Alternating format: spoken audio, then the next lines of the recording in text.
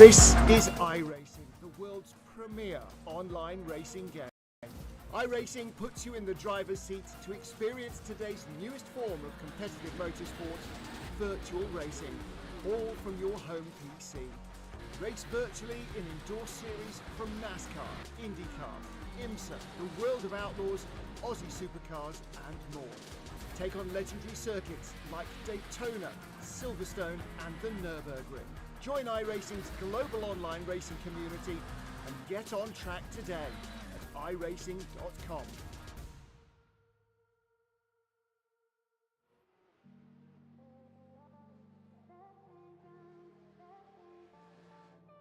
Good evening, good morning, good afternoon, wherever you may be, and welcome to the Refined Racing League Porsche Cup Season number 2. We're very excited to get underway for round 1 here at Spa-Francorchamps. My name is Daniel Handover, and I will be talking you through all the action for this race, as indeed the remainder of the season. 4 rounds we do have for this particular season, as we did last season as well, and it's promising to be a very, very exciting time indeed. We are currently in practice at the moment. We're going to be going to qualifying in the next 5 minutes or so, at which point we're going to be using probably, well, we're going to be actually going to be going through, watching people through qualifying. It's a 15-minute qualifying session, and then we will be going into a 30-minute race. Last season, we featured what would be actually the free circuits within the season calendar and within the iRacing calendar as well. They were the likes of, we had Autumn Park, we had Lime Rock Park as well, which is an interesting one. We had then Summit Point as well, a really, really interesting one in all honesty, because Summit Point, a track that you wouldn't normally see with these sort of cars here, but it actually works out very, very well. It was a fantastic season last time out, and I'm very, very excited to get going again for this season, as is everyone else driving, which again, fantastic, very, very excited to see. We have some drivers that we've seen previously. We've also seen some new drivers come in as well, which is always fantastic to see new drivers come in. But yeah, the likes of Johan Krubler, we have Atti Nagel, Jeff Hancock, Luke Lucchesi, some very, very quick drivers in here, as we once again have seen, and those drivers will be continuing to run. And it's very, very good to see some new drivers come in as well. We have around 22 cars running for round number 1. Now, that should increase as the season goes on. We're hoping to. But 20 cars, it's a very, very good number indeed. There were some discussions around going into multi-class and actually having separate classes within this series. For Season 2, though, we have decided to actually go with a standard normal format of having everyone in the same class. And the season, as the season progressed, that they then change. We may decide to look into that a little bit later on. Again, it does depend, obviously, on excuse me. It depends on numbers and depends what the direction goes within the next couple of seasons. But one thing is for sure: the Refined Racing League Porsche Cup is very much here to stay. We're going to be going to the racing action in a few moments as people finish up their practice sessions. Another few minutes left of practice. Then we'll be going in. Speaking of which, let's actually have a look at the timing. So we can see here 2 minute 20 laps. Quite a long lap this is. It's probably going to be around 13 laps, 12 laps of racing. I was about to say Chris Shorter was on pole position, but Leighton Forey has actually just taken the top spot in these final moments of practice, still with a 2:20. No one is in the magical 2:19s as of yet. The few drivers are yet to set their lap times. The drivers have not set their lap times yet. That includes Jean Leroux, Daniel Rowe, Paul Gerber, Du Gerber, Jason Gibson, Ryan Ottens, Nicholas Manuel. So a few drivers that haven't set lap times yet. Around 5 or 6 drivers. Again, whether they're sandbagging a little bit, interesting. We'll have to wait and see. Again, nothing. No one knows yet. This is what I really, really enjoy about a new season like this. Is you simply don't know. People may have found some pace. People may have actually dropped some pace as well. It's almost as easy to do. Leighton Forey, though, this is the person currently in the chat on pole position, the number 46, in a very, very striking RWT So the old Force India.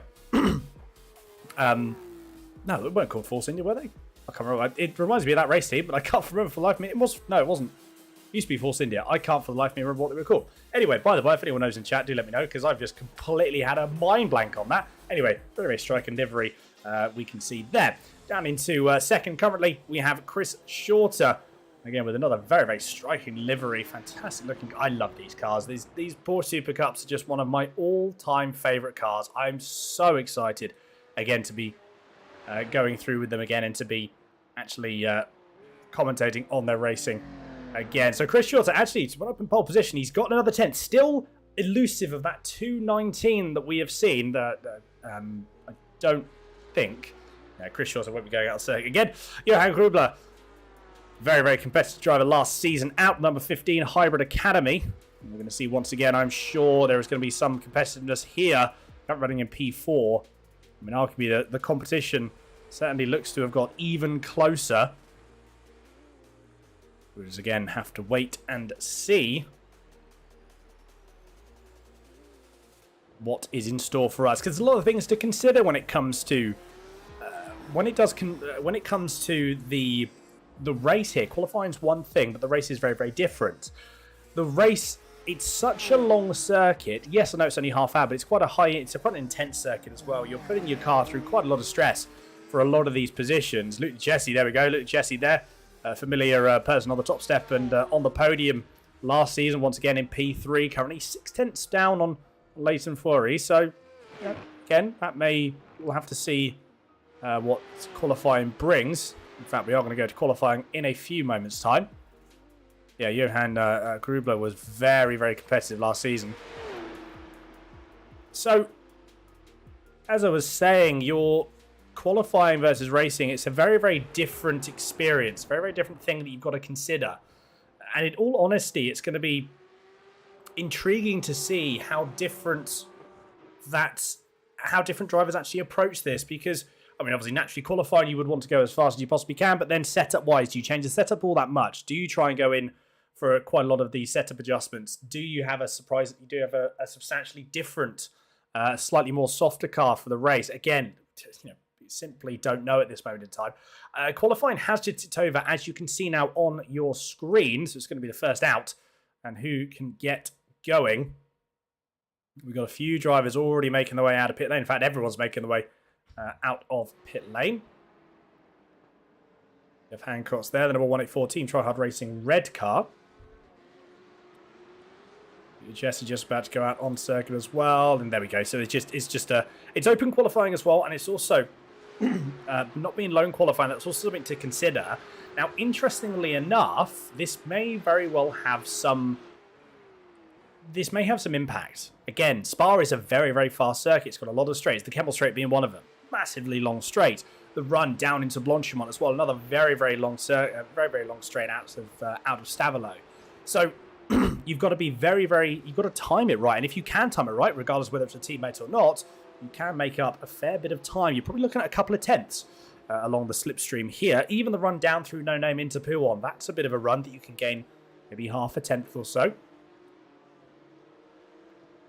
The one just finishing coming through halfway through their out lap. I think what we're going to do is, it's after a little bit of time, we are going to dive into, see if we can watch an onboard, just get an understanding again from from someone's perspective on actually this circuit, because this circuit with this car, it's a very, very, it's not an easy circuit to run by any stretch of the imagination. In fact, there we go. I think that was J.W. Volchenek.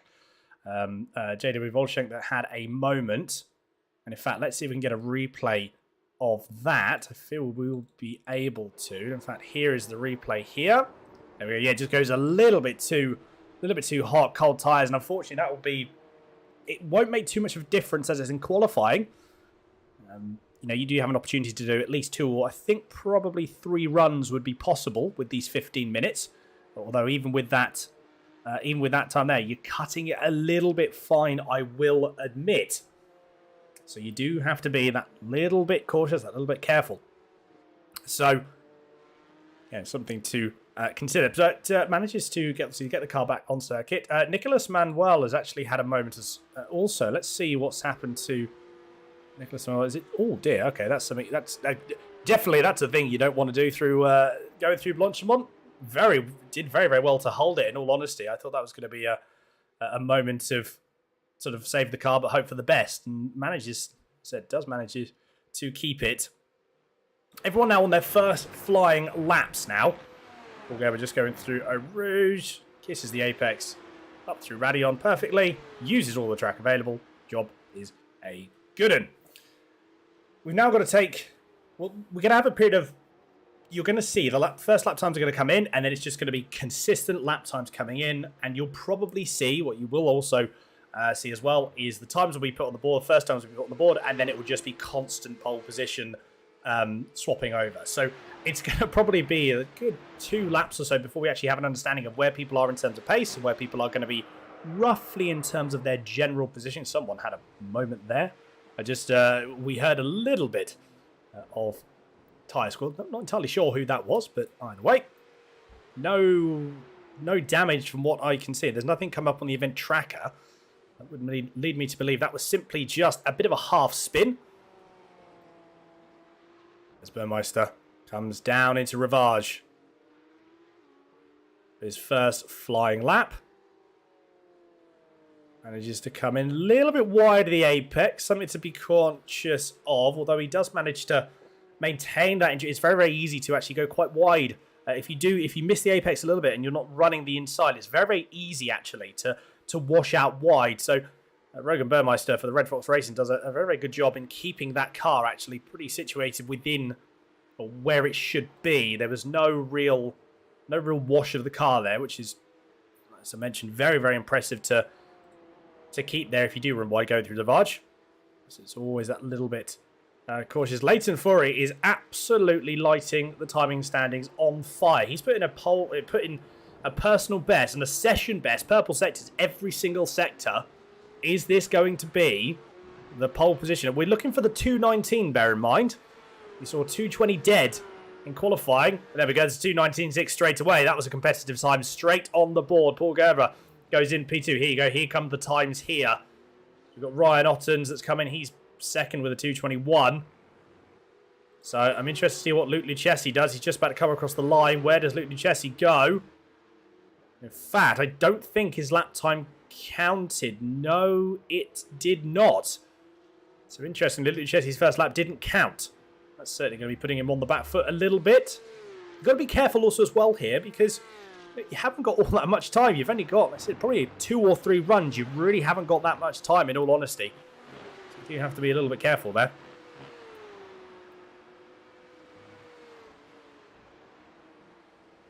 few more drivers coming in for their first lap time. I think everyone is just about to, we're probably the next 30 seconds or so from seeing the whole grid coming through once. Rogan Burmeister, his first lap didn't actually count either, so an off track there. Roy Oliver, he's just gone up into P7. Like I said, bear in mind a fair few drivers still yet to finish their first flying laps. Daniel Rowe, one of them. Yanaman Paris, he's just gone up into P8. First laps are always, can always be a little bit of a slow burner. It's nothing to really take with you've got to take it with a pinch of salt, these first laps, because again, you really don't know. There's a lot of things that you've got to be, conscious of, because you do have to take it a little bit easy for these opening laps. You need to get a feel for the car, feel for the track conditions. It's something that I've always done. I will always take it a little bit easier going into the first couple of, or at least the first lap. It's always the best way to do it. Azure goes, how many entrants are there? So as we go through, I believe we do have 21 entries for this round here. 21 people have entered in. This is really halfway through qualifying, actually. So we've certainly got we haven't got too much longer left to go. So you see what I mean? We're probably actually only going to be running two. There's only going to be 2 runs here, 2 opportunities for drivers to be able to set their lap time. So Danny Rowe, his first flying lap was good enough for P7, although just down into P8 now. So Chris Shorter has just managed, almost matched his identical time with that 20.01. Leighton Ferrari, though, he's actually got a little bit faster. He's got another 4/10 quicker. He was currently just shy of 4/10 quicker than Chris Shorter. We'll bring up the best lap times that you'll be able to see in a few moments' time. And in fact, there we go. So, currently Leighton, the only person within those 219s, in the 219s, everyone else in the 220s. It's very, very close at the moment. It will get closer, bear in mind. Let's not forget that. It will get closer. So you have to take into consideration. Luke Luchessi's had a bit of a moment. Let's have a look what's happened here going into... this is going down to Stavolo. So that'll be a first bit of an off-track there. You can see just maybe a little bit too wide. Maybe a fraction. It was very, very close either way. Leighton's actually come now into the pit. Speaking of which, there is Luke Luchessi. Just going to back out again. So his lap time, yeah, did not count by the looks of it. So... at the moment, this is the final run, I think, for Luke Luchessi, and a lot of drivers still have yet to set their lap times. 1, 2, 3, 4, 5, 6 drivers still yet to set lap times at the moment, one of which is Jeff Hancock's. He's not been able to set a lap time as of yet. The Team Tryhard Racing Red, number 184, is yet to set a lap time. If I were Jeff here, I'd probably get a banker in. Like, realistically, if you can get a 222... possibly even sort of a mid, a low 220, low 223, high 22. You'll be looking at around about P11, P10 as it stands at the moment. Again, that may very well change, but that's what it's looking like at the moment. And in fact, what we're going to do, actually, I feel, let's ride on board with Jeff Hancock for this particular lap as we see how he goes. So, obviously Jeff won't be able to hear this, but no pressure at all. We're going to run and just have a quick onboard lap of Jeff Hancock's running through in the Team Try Hard Racing Red, number 184 Porsche Cup. There we go.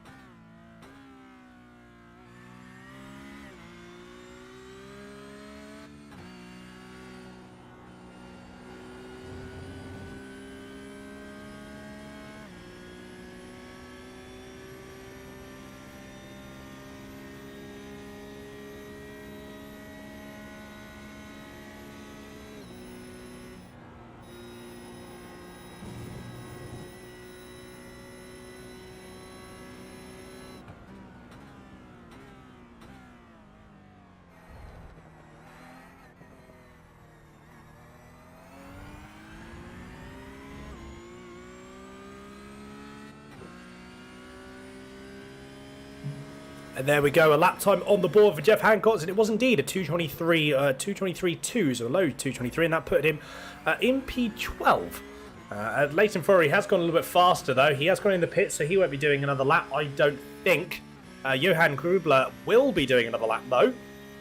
So he's currently down with a 20.49, so you can again see now the times are starting to come down. It's getting a little bit closer now, certainly. But Leighton Fury, that's a very, very fast lap time indeed. John LaRue setting a lap time in what is, it looks to be a very, it seems to be a battered up and very dirty Martini livery there. Again, looks very, very good. I do like the Martini colours. Luke Chessie goes for his first lap time, I think that is. His first lap time is good for P4. And not all that far off, in all honesty. I mean, that's very, very impressive stuff. Still Leighton, the only person in that in the 219s. With 2 minutes left to go, I feel this may be... this may very well be the final opportunity that drivers are going to get here. Could be wrong, though. Comes down into... Yeah, he's gonna have an opportunity for a couple more. He will be able to get this lap done and the next lap as well. So like I said, he will have an opportunity to do 2 more laps. If he chooses to or not, that is the question. His first sector wasn't any faster. Depends what his next sectors are going to be. But even, I mean, look at the gap there. Another 1/10 of a second and he'll be up in the P3 in trap position. Very, very key here. If you can get trap position, it's going to be very, very key indeed. I'll have to see how it all pans out. J. Dibble Volshenk, he is in P10 currently, but again, look how close it is in terms of lap times. Times are so, so close. You've got another 1/10 or so that Volshenk would need to get, and he'll be sitting, that's another position. It's less than a 1/10, in fact, half a 1/10, and he'll be pretty much there. So really, really close. So, again, it just shows that any position that you can get at any time that you gain across the lap in your final lap, final corner, whatever it may be, it certainly, or it could be very, very crucial.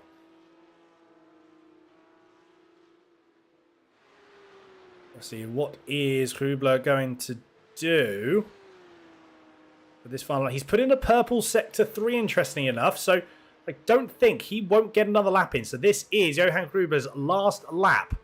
Is it going to be? That was a little bit wide. That was a tiny, tiny bit too wide there. I wonder if that would have been it. Would that have been it done and dusted? It might have been. It might not be, because it's a little bit wide down into the final corner. That may have been a bit too wide as well. And it was. The last corner was too wide. Just that last corner there. So it wasn't going out of... it wasn't going on the exit of Blanchimont, but instead it was that lap. It was going in at the exit of the final corner. So that is it. Qualifying is now over. So we've got a couple of drivers that will be coming across the line to finish their final laps. Bolshenko will be one of them. Does he improve on this particular lap? He set a couple of personal sectors. No, he's gone a bit wide as well. So he's gone a little bit wide. So that will be him done and dusted for his lap. John LaRue, number 404. And that very striking Martini liveried car. And yet to come across the line. Daniel Rowe, again, also finishing his final lap. He's put in another couple of green sectors. I'll be interested to see what this lap is. What we're going to do, we are going to go... We're going to see Daniel Rowe's lap time. And then what we're going to do is we're going to cut to a short commercial break. And then we'll be back to bring you the grid. Oh, Daniel Rowe goes a little bit wide. That's cost him. That's probably cost him 2, 3, 4 tenths probably there. And he goes a little bit wide on the last corner for good measure. Just to rub salt in the wounds, unfortunately.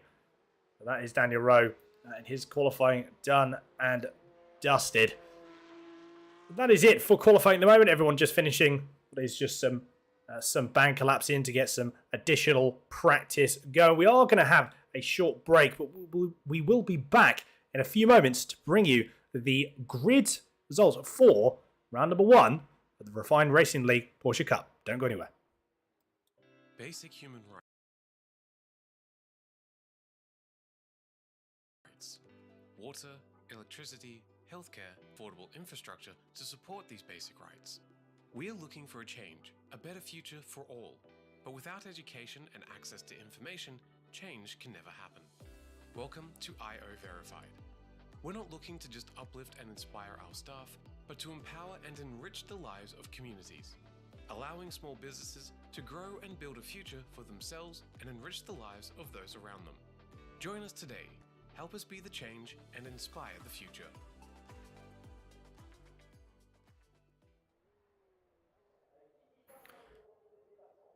Welcome back, everyone, to round number 1. Still a couple of drivers yet to cross the line. I believe, actually, Jean Leroux is the last person to cross the line. Jaco Stein is still on. Is still on a lap. Yes, he is. That's Jean Leroux. And Jaco Stein is there. He is now going to come into the pit lane. And then Jean Leroux here will be just running through. Again, a few more corners, then we will be going to the grid.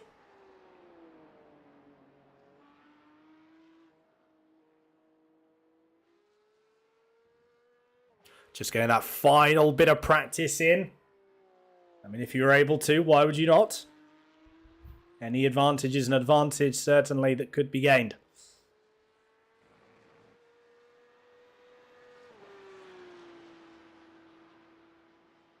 Final few corners to go, and in fact, actually, that is it. Actually, it just goes to it cuts off, unfortunately. So Jean Leroux unable to finish his last little banker lap. Here we go, bringing your grid up though for round number 1. Leighton Fourie takes pole position with a 2:19.634. The only person in the 2:19s. Chris Shorter takes second with Johan Grubler in third. Luke Duchessis takes P4 on the grid. Ryan Ottens in P5.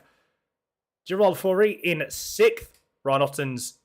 Paul Gerber in 7th, Jaco Stein in 8th, Daniel Rowe takes P9 with JW Volshank in 10th, Ati Nagel P11, Roy Oliver in P12, Yanaman Paris in 13th, Jeff Hancock takes P14 on the grid to Gerber 15th, Jason Gibson P16, Arno Kraus in 17th, Rogan Burmeister in P18, Jean Leroux in 19th, Nicholas Manuel in 20th, and then Vinad Kursop will be starting P21 for this race here. A standing start for all the drivers as well, bear in mind. So you've got to get that start right. If you don't get that start right, it does not go very well. Trust me from experience there. I know that like I said, I know that from experience. So a very, very short run going down into down what would be turn 1 and 2 for this particular formation of the lap, which would be going down into Eau Rouge and Radion. I mean, it's something, again, it's always that little bit. I always think, I always get confused, regardless of the track layout, I always get confused, and I always think that turn 1 is La Source, but that is certainly not the case for this particular moment and this particular race here. One more driver to go, and then we will be getting underway for round number 1. And strike and liveries again, fantastic to see.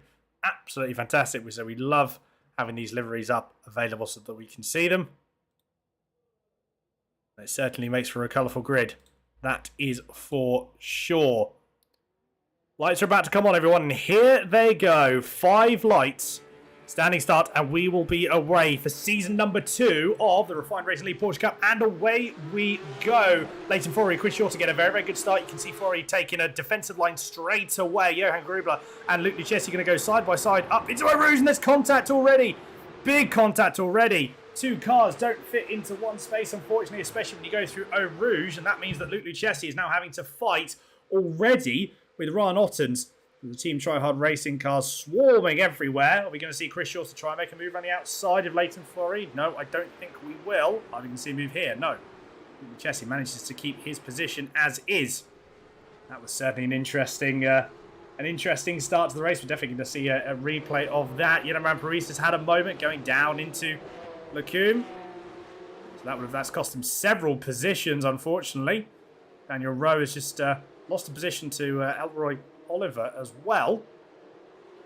Everyone trying to, really, really making moves early on here. There's, I know track position is certainly something that you want to keep an eye out for, but at the same time, you've got to have some little bit of perseverance. You've got to have a little bit of self-preservation. I thought that was going to be Daniel Rowe again trying to go up the inside. That was a brave move going into Pouon, but he does back out of it. What an interesting start. Oh, Daniel Rowe, big moment there. Massive moment going through.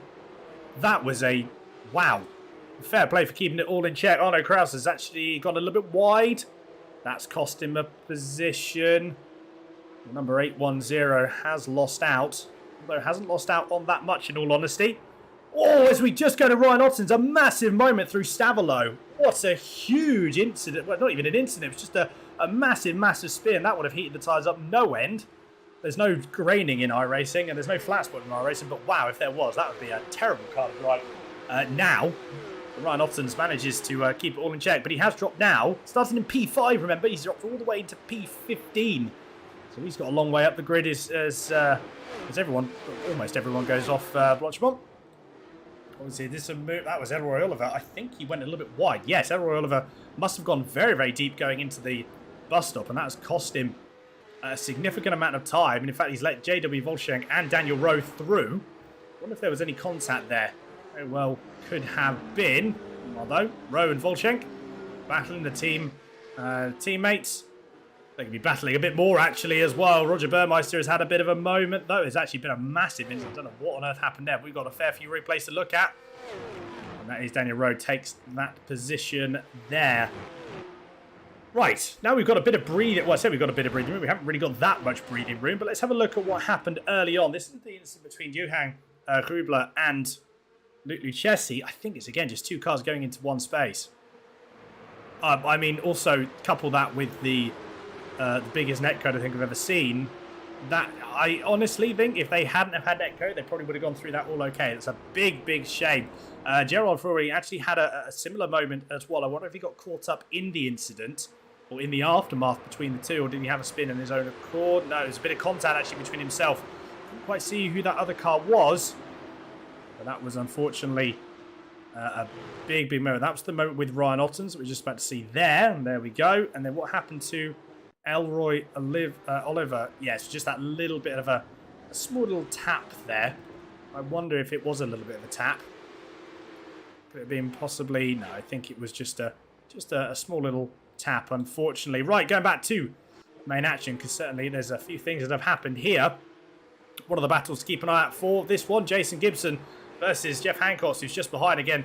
Jeff likes a good old aggressive defensive driving. Oh, he's very, very aggressive. He's actually, in all honesty, one of the most aggressive drivers I think I've ever seen when it comes to attacking and defending. And it's fantastic. I'll tell you what, it works because Jason Gibson's gone a little bit wide, pressured into a mistake, and Jeff Hancock goes, thank you very much, and off he goes. So he started in he started in P14. He's now up to P11, so 3 positions gained for Jeff Hancock. Yeah, very, very aggressive driver, but it works.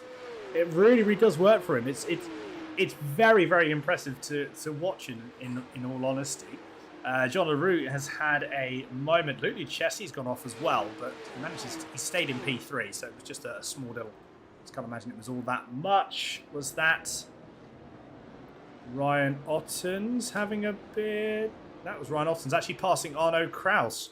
There, let's have a look and see if we can see that move. That was a that was a lunge and a half. I mean, fair play to Ryan Ottens. He got that car stopped. Wow. Fair enough. Can't argue with that in the slightest. And I think Arno Kraus is losing even more positions. What's happened to Kraus? He must have had a slow exit going through turn 1. Possibly a bit of a half spin or a lock-up or something. Oh, wait, that's cost him. Cost him another couple of positions there. In fact, let's have a quick look as to why. Again, Jeff Hancock was just there. I don't think Arno Kraus was actually expecting Jeff Hancock to be where he was. And that's just put him in. Said again, he's just gone, well, thank you very much. Another position there. Again, that hyper-aggressiveness that we see from Hancock. And again, once again, it works.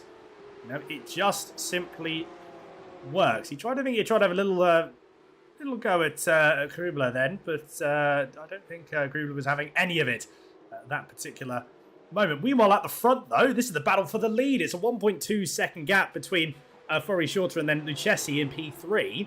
This battle is still really, really kicking off. I mean, Chris Shorter, I don't think he's driving all that aggressively at the moment, in all honesty. And I don't blame him for not doing so. Just riding now on board with Chris Shorter. I just want to see if there's any lifting going down into Blanchimont, because he will have a pretty good drive.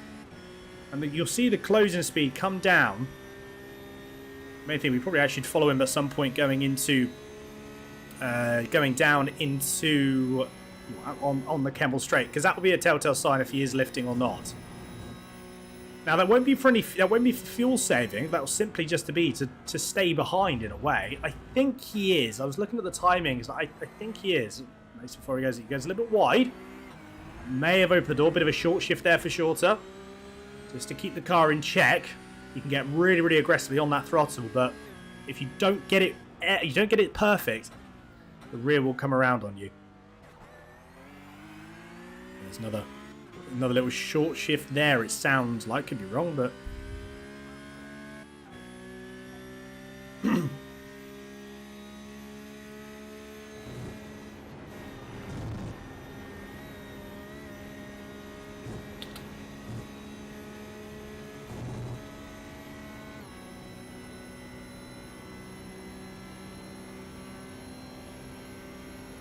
as we go down, are we going to see... So there's no lifting, interestingly enough, that I've noticed. There is no lifting whatsoever.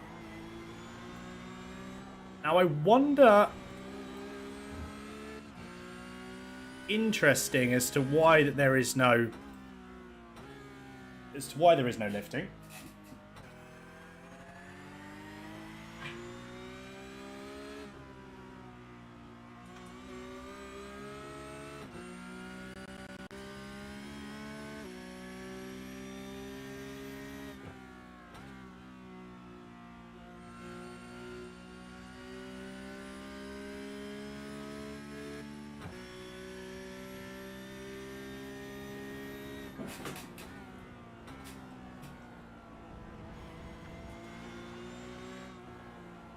Apologies, everyone. We had some small audio and video issues there. But we seem to be back all out on track. Seem to be back on track now. So there's no lifting. So there is a bit of slipstream, but it's not all that much. In all honesty, I was thinking it was going to be more, but that is not the case. Which I'm finding, I find very, very interesting. Johan Grubler is making up some. He's right on the heels of Duke Gerber, so we're going to see how that pans out. We have got a couple of replays to look at. Jaco Stein being one of them. That's certainly not going to work. Is it two cars going into one position? No, it's not, and that'll be why. And does Stein get he just gets absolutely blindsided. I mean, I was just nothing he could have done. I mean, racing is, that's such a shame. Such a shame there. And Atinagel goes for several barrel rolls. Interesting. I wonder that was a little bit naughty. There's always a tricky one there, and that's exactly why we have the stewards. But again, that was something that I would almost say that going down, that is an awkward one. That is an awkward one, and obviously Johan Pruis just decides that he gets it handed to him pretty much. So he made up 2 or 3 positions. Oh, it all kicks off at the front here. Chris Shorter goes for an absolute lunge. Look at what's happened here, though. It's brought Luke Duchessis straight into the mix, and I tell you what, I think that caught Leighton Fourie off guard a little bit because Luke Duchessis right there, and if anything, I tell you what, Paul Gerber's not far off either. I don't think. Where is Paul Gerber? Oh no, Paul Gerber is still a little bit of a ways behind. 8 seconds is the gap between, so that's a fair chunk of time. I want to have a look at this pass again. Let's have a look at this move on. So he pulls out, going down into Lacombe. I mean, again, it was definitely deep. It was certainly a send from a fair ways back. But I mean, in all honesty, it managed to keep it in check. You can see what Leighton was trying to do, though. You can see Leighton was trying to pull out and trying to almost get like a double cutback, going through down and through the left and then through the right. But just couldn't get it through. Chris Shorter just took so much speed through that he was able to maintain that momentum. So very, very impressive stuff. This is now going to kick off here because that's the first move that's been made. We're nearly halfway through the race. Well, we're going to be on lap 6 in another minute or so. So nearly halfway through, and it's already started. In all honesty, I was expecting it to start a little bit later. I wasn't expecting it to start this early, but this is going to bring that down massively, those gaps. The gap, even I know it's a bit far-fetched to say, it could be a little bit tricky, but the gap between Luke Duchessis and Paul Gerber, if these three start battling, that 8.5 second gap is going to absolutely disappear. It will just go down so fast. And I wonder if this is going to be the next... Are we going to see basically just this for the next 6 laps? We could very well do. We may not, but we might do. And again, I don't really know what's going to happen in all honesty.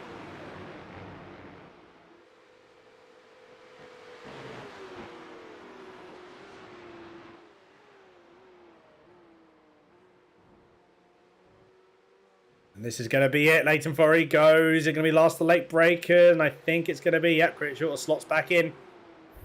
I mean, the sensible thing to do in all honesty, to be fair, losing the minimal, losing the least amounts of time possible. You see Luke Luchesi, I mean, Luke Luchesi gained a bit of time. He didn't gain all that much. If those two are battling, then Luke Luchesi would be absolutely glued to the back bumper of these two.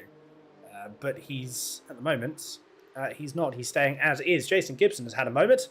What's happened to Jason Gibson? There's a puff of smoke. I'm going to see the same thing happen to Gibson, or is it going to be on throttle? Yep. On throttle, car goes round.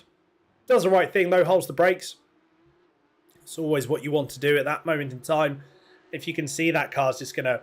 if you see or you feel the car's in a spin or something like that, easiest thing to do is just to absolutely nail the brakes and keep that car down, keep that car square.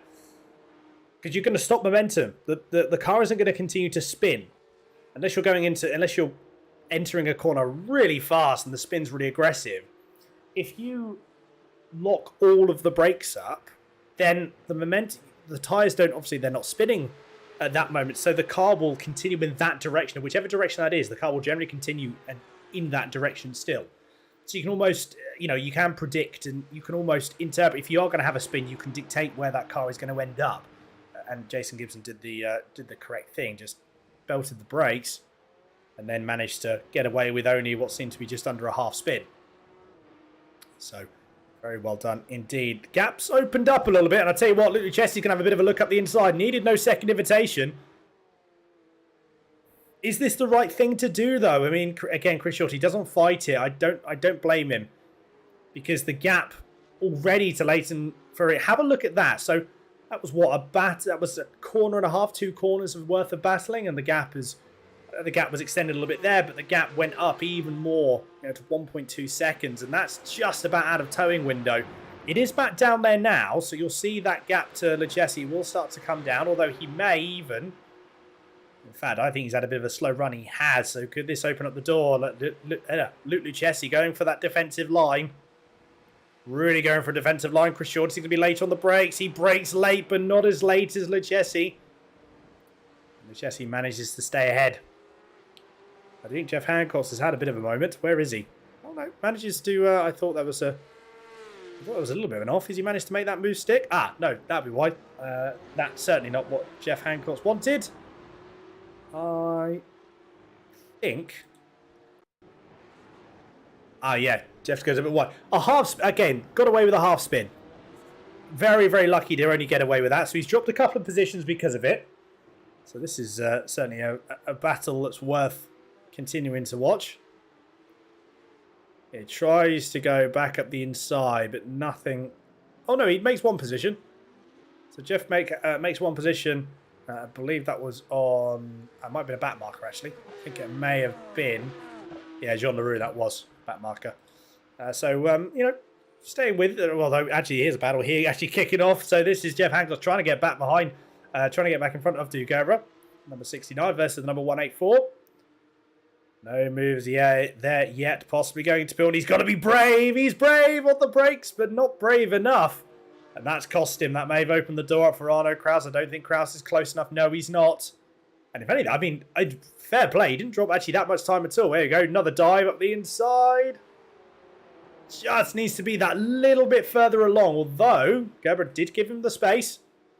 Hancock's going to around the outside. He might do. He's going to move inside for Stavolo. And does he do it? Yes, he does. But is he going to get the drive on exit? I think he has. The gap's at 0.3 of a second. He may have enough. He might have enough to stick ahead and to keep ahead going into bus stop. It's going to be close, though. But fair play to Jeff Hancock. That was a move that he wanted to make sooner rather than later, didn't he? That was a move from Ryan Ottens on Elroy Oliver. Someone was in the pits as well. I can't quite see who that was. That was Rogan Burmeister that has gone into the pit lane. And yeah, Jeff Hancock has pretty much confirmed that position. Yeah, this battle coming on here before... This is the battle for P6. So that is Ottens versus Oliver. A bit of a no man's land. He got a 7-second gap to Daniel Rowe in P5, who's again pretty much had a pretty lonesome race in all honesty. And then you've got a little bit further down the order. You've got almost a 5-second gap to Johan Grubler, who is making some positions. He's making some moves. Time-wise, he's lapping on pace with Chris Shorter in third. Whoa, right, Ottens, that was a big moment, wasn't it? Wow. Okay, fair play. Kept it going, though. Unfortunately, that would be a humongous slowdown, so he has dropped a position to Elroy Oliver, so he'll have to make that position back. And then only a couple of cars behind, you have J.W. Volshank. That teammate going a little bit wide. That was Gruber going a little bit wide. So Gruber's got 0.3 of a second to... Actually, sorry. So Grubler has got 4.6 seconds. So the car ahead. Because I believe, correct me if I'm wrong, that may very well be... that is not... Can't quite see who that is. Is that Ryan Ottens? No, Ryan Ottens is there. We've got Johan Grubler there. Couldn't quite see it. There is a car ahead, although I'm not 100% sure who that is up ahead, in all honesty. That is... Oh, that's Ati Nagel, currently sitting in P18. So that will be a back marker for Grubler and Volshank.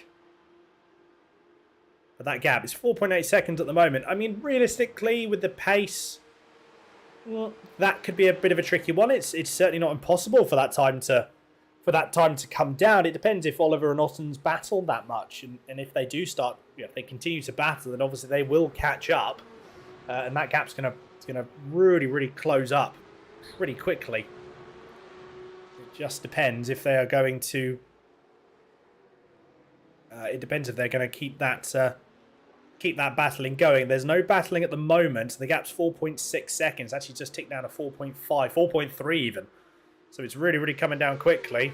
So Asinega will have to move past or allow Grubler and Volshank to pass. Again, probably sooner rather than later. I mean, this would actually be a prime position, in all honesty. Gets a little bit of a drive. A little bit of slipstream there. Does Grubler gets, and off he goes. He's dropped Volshank a little bit.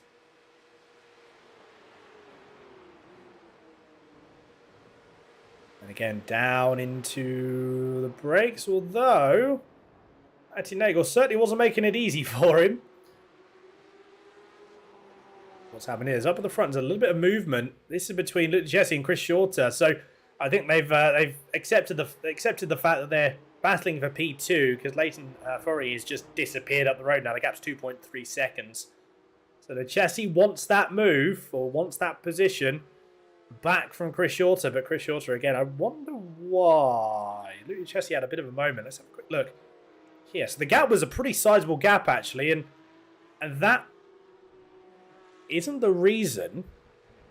The reason was, let's have a look at the pass and see. Ah, there we go. Yep. So Lucchesi just goes wide through Pouon, and there was nothing really he could do at that point. Maybe a lock-up, may have actually been a slide perhaps as well that he managed to catch. I mean, either way, he kept the position. Oh, whoa! Oh my goodness, what has happened there? I'll tell you what's happened there. Two cars tried to go into one space. Whoever was on the inside, I'd almost put, well, either whoever was on the inside has drifted over to the left when the car was still there, or vice versa. Whoever's on the outside has tried to go and drift slightly right. That is, I would put money on that's what's happened. Although saying that, netcode is certainly a possible issue. So, oh, there's a replay to be looking at there. We'll get that in a few moments for you. What that has done, though, that has handed a very nice position to Johan Grubler and Volshank. So the gap now that Grubler has got to try and get down is a is a gap of 14.7 seconds. Now, in all honesty, that's going to be a tricky gap to make, a tricky gap to get back. In all honesty, it's certainly not impossible, but going to have to be very, very aggressive. 2 more laps to go though. So not too long. Not too long left.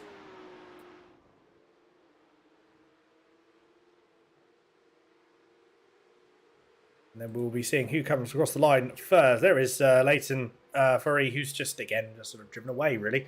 Right, we've got the lap. We've actually got a couple of replays. This is Atty Nagel. So what did happen to Atty? Was it just a little bit wide going through no name?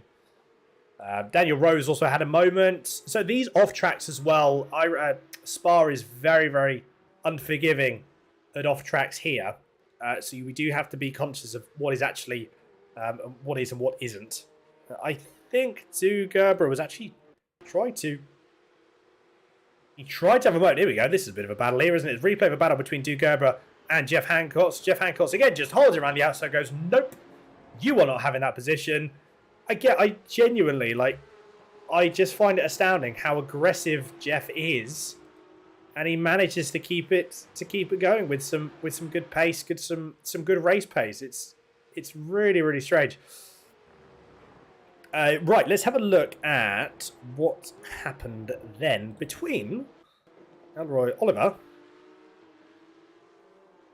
I mean, netcode again didn't help at all, unfortunately. Yeah, that was actually a really, really good angle to watch it from as well. Let's see if we can watch the same thing again. So this is down in half speed now. So you see again, I mean, trajectory-wise, it looked like Elroy Oliver was actually running a bit further over to the right. It didn't look like Ryan Ottens was moving over to the left. It looked more so that Oliver was running to the right. But even so, I think that the netcode had such a big part to play in that. That was certainly unfortunate, to say the least. But again, it's one of those things with online racing. It's something that everyone has to take into consideration. It's not easy.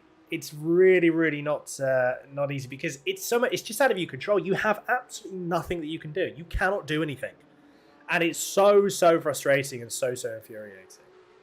But at the same time, it's as I said, it's one of those things. So a little bit more. Just a little bit over a lap and a half to go. The gap up ahead is extended. That's 2.5 seconds now, and it's pretty much held there. I can't imagine that Leighton will be doing all that much different, to be perfectly honest. This is the battle that's still going to go on here. Du Gerber once again, carbon copy the move, but he's a little bit further ahead this time. I don't think Jeff's going to be able to outbrake him. He tries to. That's too late. Too late. No! Oh, dear. That was a little bit naughty there from Jeff Hancock. Just expected the car. I think thought he was braking a bit later than he did, and unfortunately just let the car go a little bit. He's going to have to let the position back. And in fact, I think he is going to... No, I mean, in all, that was okay. I mean, that's certainly one way to keep ahead. That was interesting. Must have got rid of the slowdown pretty sharpish. So Du Gerber is going to have to, and the fact, there we go. No, I didn't think he'd be able to get rid of that slowdown that quickly. So he's got the position, yeah. So that's the position gained by Du Gerber. Jason Gibson. That's not actually Jason Gibson. No, that's not Jason Gibson, because Jason Gibson's about 6-7 seconds behind. I've just noticed we're actually on the final lap as well. So the top three have just started their final lap.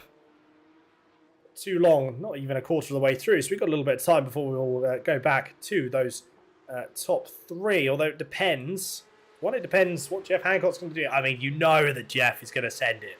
You know there's going to be a send going down into Lacombe. I would almost put money on this. Could be a bit of a battle here. Actually, we are going to move to the front, though, because Luke Duchessie's going to go round the outside, possibly a Chris Shorter. Chris Shorter decides that he's not going to. Manages to run a little bit wide. That's going to try and give the opportunity for Luke Duchessie to go through the inside, then to get a double cut back, but he doesn't quite manage to do it. So this is it again. While all at this point, again, Leighton Furry is just thinking, you crack on, chaps. I'm just going to disappear off into the distance. Manages to stay ahead for the moment. Yes, he does.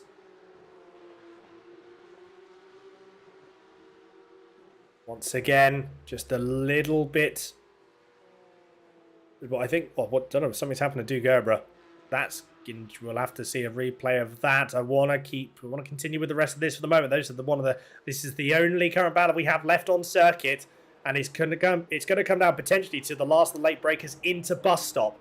Now, in all honesty, I wouldn't try and make a move here, Lechesi. You want to sit behind all the way down into bus stop. He's already thinking that, I would imagine. I can't see why he would want to do anything different at this point. He's close enough. You want to be probably within about 0.4 of a second going out on the exit of Stavolo, which he is. So he is going to get the run. He needs a very, very good one. He might even sacrifice an off track potentially to get a move down. The gap's less than 0.2 of a second. Is he going to run wide? He goes very wide. That's a little bit.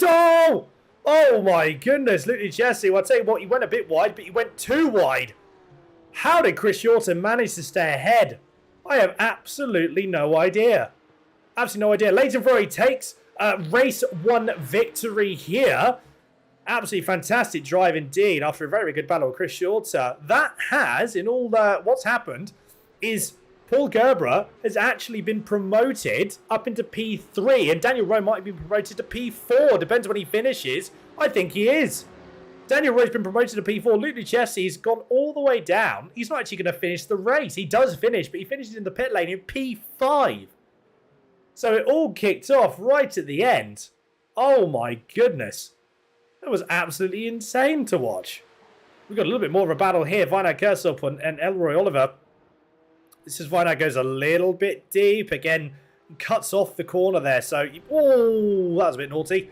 I think Oliver tried to go for the move, and unfortunately that gap was never going to stay there in a million years. Yeah, Oliver has lost out on that. He's now 3 seconds down. Right, let's have a look. I need to have a look at what happened to Gerber, and let's have a look. Okay, so that's the first hit. That was the first hit. Are we going to see? Has there been damage? Has there been damage on the rear of that car? Is that why we had an incident a bit later on? I wonder.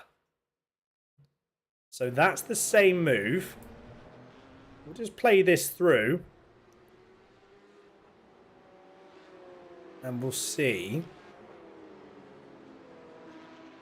Actually, let's play it down from let's play it from this position here.